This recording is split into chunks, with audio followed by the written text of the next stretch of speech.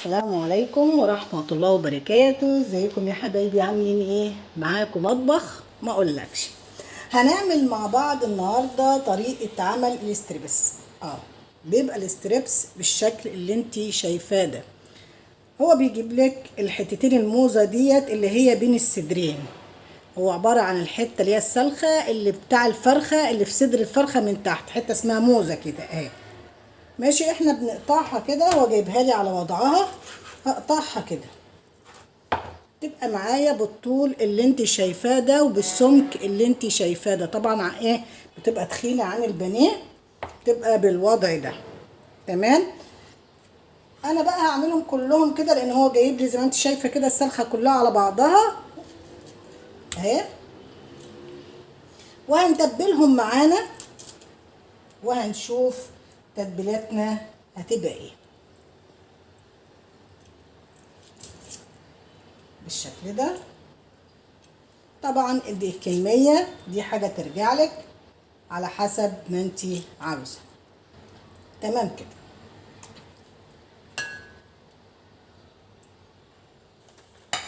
هجيب معايا البولة، هحط فيها الايه التتبيل بتاعنا، البهارات اللي احنا هنحطها. معانا بهارات ايه؟ بسم الله الرحمن الرحيم. معايا طبعا الاساسي الفلفل الاسود، ده الجوكر بتاعنا اللي في كل حاجة بنحطه. معلقة فلفل اسود، تمام. معلقة توم بودر.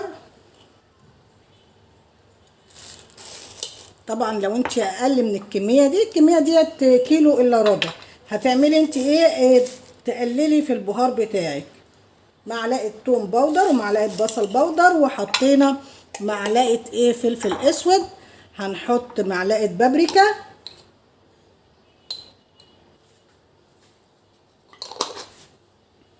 هنحط معانا ده لورو مطحون، هحط ربع معلقه تدينا ريحه حلوه للفراخ بتاعتي. وهحط معايا ده خليط عبارة عن كركم على كاري، يعني خليط حلو يعني، فانا هحط منه برضو نص معلقة. طبعا اللي حابب السبايسي يحط شطة، اللي مش حابب ما يحطش شطة. انا هحط ايه ربع معلقة شطة صغيرة، حابة تستغني عنها استغني عنها، بس برضو الحاجات دي بتحب تست حلو.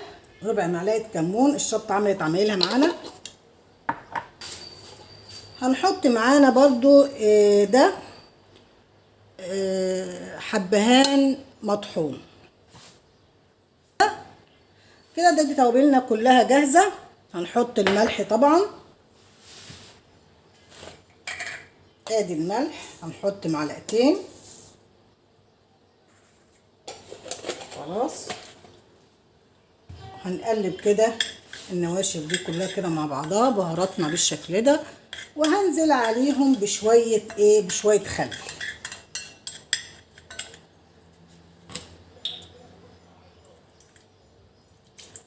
كده، معلقتين كبار خل. وهعصر ليمونه،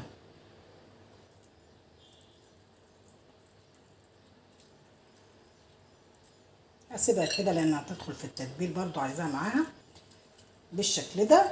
وهنزل ادي التتبيله بتاعتي جاهزه، وهنزل عندي بالفراخ. بسم الله الرحمن الرحيم.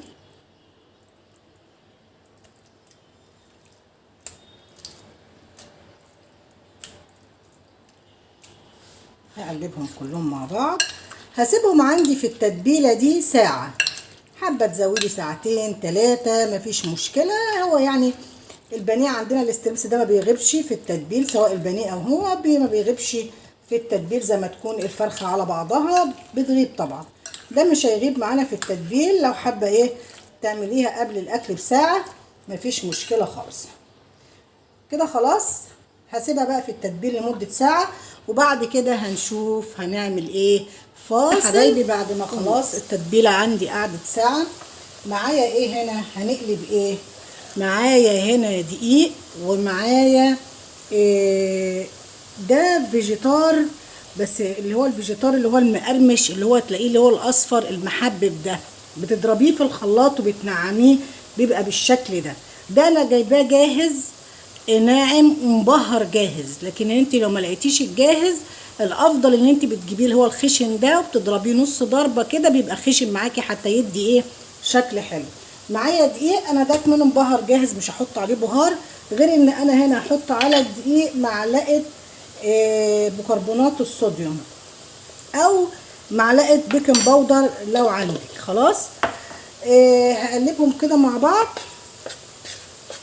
بالشكل ده وهبدأ الشغل معاكم. ومعايا هنا ميه. هنعمل ايه؟ بسم الله الرحمن الرحيم. كده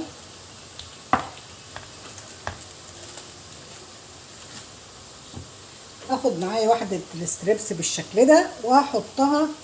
انا عايزة اعملها كده، المها في الدقيق بالشكل ده، اضغط عليها جامد والمها بالدقيق جامد جدا علشان تبقى معايا ملمومه كلها بالشكل ده. تبقى كده شايفه اهي، واضغط جامد كده المها ببعضها واضغط جامد كده.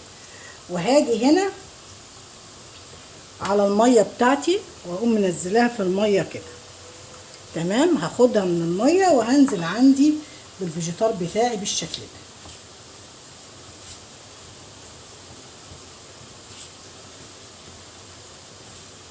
طبعا هتتقلب زيت غزير عميق لان دي تخينه مش زي البانيه. ماشي، واحنا كمان لفيناها على بعضها بقت بالشكل اللي انت شايفاه ده. هنعمل كمان واحده كده، هلفها بصي اهي، هقوم لفها على بعضها كده اهو بالدقيق واضغط كده، وكلها عندي اتسكنت بالدقيق بالشكل ده. هاخدها عندي ايه في الميه بالشكل ده، وهطلع من الميه على الايه على الفيجيتار عندي. برضو اسكن في الفيجيتار بالشكل ده. طبعا الفيجيتار ده طلع ناعم جدا، انا ما كنتش حابه الناعم ده، انا حابه اللي هو نص مجروش عشان يديلي ايه قرمشه اكتر وشكل احلى.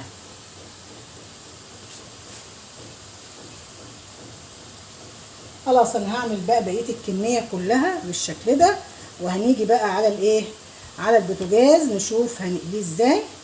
يلا فاصل ونوصل. وادي كده معايا بعد ما الزيت سخن بالشكل ده، طبعا استغليته وقليت فيه دور بطاطس.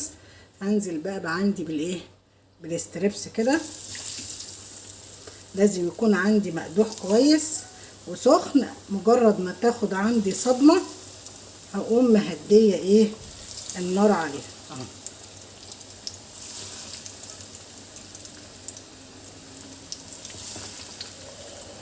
ما شاء الله بالشكل اللي انت شايفاه والجمال ده، بسم الله ما شاء الله. مش هقلب ولا هاجي يمه خالص، هسيبه شويه كده ياخد ويدي مع بعضه علشان الكفر اللي احنا عملناه يمسك فيه. وبعد كده هنقوم مهدين النار لان معايا طبعا التخين معايا شويه فعايز سوا، لازم اهدي النار عليه شويه. تمام كده، هنقلب كده بالشكل ده. بسم الله الرحمن الرحيم.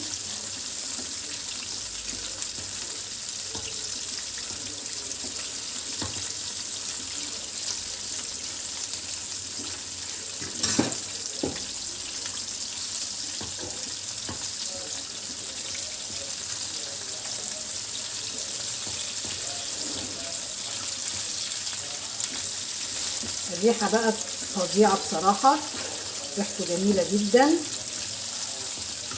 هسيبه بقى على الوش التاني ده ياخد برضو معايا يستوي، ياخد تحميره كده صغيره وهنشيله بقى دلوقتي.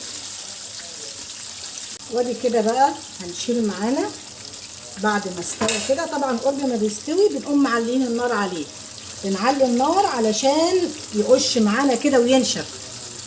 ماشي، في الاخر خالص شايفين بقى الجمال بتاعه. بسم الله الرحمن الرحيم.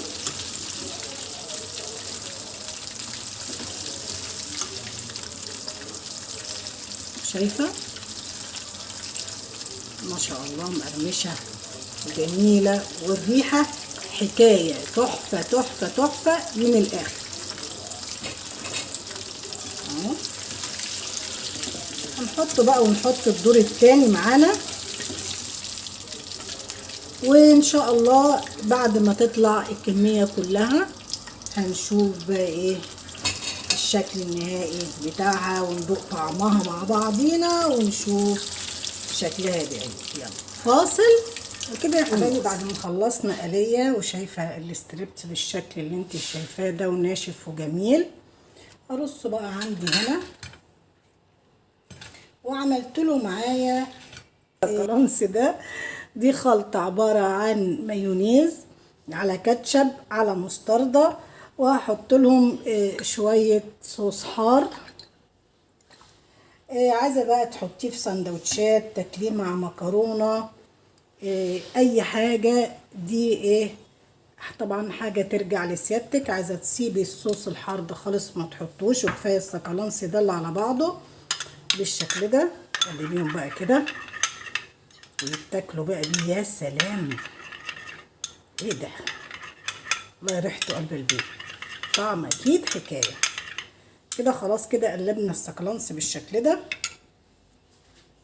وهنشوف معانا بقى الطعم ايه. بسم الله الرحمن الرحيم. ناخد واحده كده، شايفه ناشفه ازاي، سامعه القرمشه سخنه، شايفه من جوه اللحم عامل ازاي مستوي، شايفه مستوي جميل ازاي. طبعا بتحطي بقى كده كده وندوق.